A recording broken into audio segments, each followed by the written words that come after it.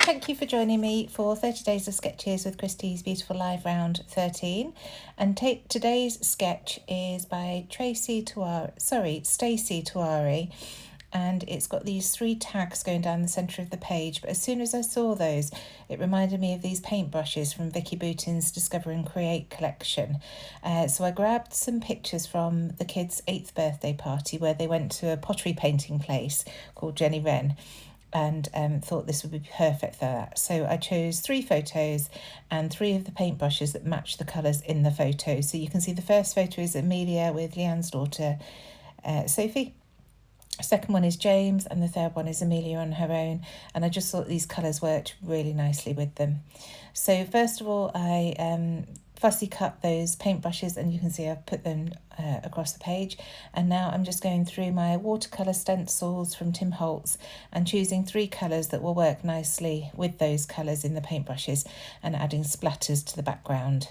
So first of all, that lovely duck egg blue, and then here I'm coming in with this blue, which is very, very bright. So I'm just going to tone it down with a little bit of brown and a little bit of purple, just to mix those colours in and make it slightly less vibrant. It's only for splatters anyway, so it's not too critical, but it's just rubbing some water across the pencil to get that pigment down into the water. And then the final purple one I'm just rubbing into the water. So there we go, adding those splatters, and then finally I'll come in with the pink. And once again, I've only got a very bright pink in this set of pencils, so I shall mix that in with the white that's in the tin, and that works really nicely. So first of all, just scribbling some of the white. I am sorry for that wiggling of the camera there. Scribbling on some of the white and then adding a bit of water to the pink to get a paler pink. And these colours do work really nicely actually once they've dried on the page. I'm really happy with them. So while I leave that to one side to dry, I'm just going to map the photos first of all onto some scrap white cardstock, and then I'm going to choose some of the pieces of paper from the Discover and Create collection to add as a second mat to each of those photos. And once again, trying to choose colours that blend in nicely with the papers. With the photos, the colours in the photos. So just getting those 3 stuck down, and then I'll cut them out with my scissors. So while I'm doing that, please don't forget to check the description box down below to see everybody else who's joining in on this hop. There's a playlist for all the YouTube videos. There's also a Facebook group. If you go onto Facebook and search for 30 Days of Sketches with Christie's Beautiful Life, there are albums in that group for all 14 of the series that Christie has done over the years. So there's so much inspiration there. You could lose a good few days looking through those folders. It's absolutely brilliant. So here I am now, as I mentioned, matting the photos onto some scraps of paper. So first of all, this is the reverse of that paintbrush paper, so I've just cut a square of that out, and I'm adding that to the photo of Amelia, and that contrasts really nicely with the pink paintbrush. So that's why I chose that photo for this piece. Just trimming it off so that it's square. Well, rectangular, isn't it, rather than square. And then this lovely grey crosshatch for the photo of James. Matches nicely with the pottery that he's painting. So going with that one. And then finally the picture of the 2 girls. I've gone for the multicolour stripe because there are plenty of colours in that picture, so I think that will work really nicely with that as well. At first I think I'm going to use this side, but then when I flip it over and see those beautiful colours, I think that's much better. Adds a bit of a brightness, doesn't it, to it? So again, just trimming that down and trying to remember which paintbrush each of the photos went on. So now I think about sticking the left-hand side paintbrush down. I think it's just natural, isn't it, to work from left to right?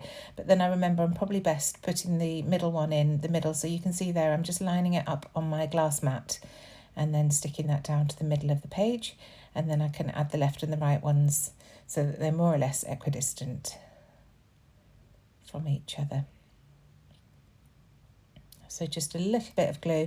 I want to leave the bottom loose, just making sure that the top of it is adhered down, but leaving those bottom drips loose on the page. And then I'm going to stagger the photos per the sketch. You can see that they're staggered in the sketch as well. So just going to raise those up onto foam pads to give them a little bit of height and make sure that they're the focal point on the layout. and then I can carry on. And shortly you'll see the camera cuts out. This is the second time this has happened to me, and I'm not quite sure why. I film on my iPhone. Last time it happened, it was on my old phone, and this is a new iPhone, and it's happened again. I don't know whether it's when a call comes in or what, but the recording just cut out, and I hadn't been anywhere near the camera, or the phone. I'm not quite sure why that happened, but I'll just talk you through. It's only me embellishing the rest of the layout, so I'll just talk through exactly what I did with this still picture on, and I can only apologise, but the layout was finished before I realised that it had happened. So just getting the backing pulled off the last of those foam pads. I'm getting those photos stuck down, and this is where I can start thinking about what I'm going to put around here. So just using my T-square ruler to check that they are all straight on the page, which they are. And then coming in with the foam stickers first, because I wanted to see what I could find from here. And there's that lovely sticker that says create. And then I find this word phrase that says head over heels about this. So I add that with the little arrow, and that works really nicely. And then this, a perfect day. I stick it up on the top of that paintbrush in the beginning, but you'll see in the still shots at the end, it actually moves down to just above the photo. And I've also added that feather. So just making sure that everything's trimmed off at the top here so that it's all straight. And here's the final layout. So after I'd added those stickers there, I added that little faux leather smiley face below the word create, and one of the JD 3D print cameras above the word create.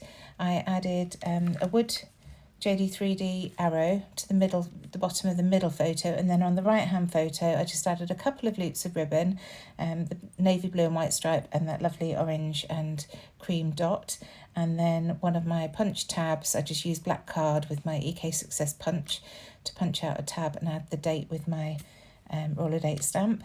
The title is using the thickers from this collection, Discover and Create, with another foam sticker along the bottom that says today was worth remembering. And then my journaling is in between the first two paintbrushes, you can see, and it just says your 8th birthday party was at Jenny Wren's in Stockton Heath on a hot day. You each painted a pot of your choice, then had a party tea. So it's just recording those details so that you don't forget those memories, because the kids are 17 this year and this was their 8th birthday, so already quite a way away since we last had that. So thank you so much for joining me. I really hope you enjoyed this layout, and again I am sorry that the end of the footage was lost, but hopefully you can see exactly what was done there anyway. There is a little 8 from the chipboard alphabet thickers that I've tucked next to that feather on the left hand side as well, just as a nod to the fact that it was their 8th birthday. And that's it. Thanks again. See you soon. Bye.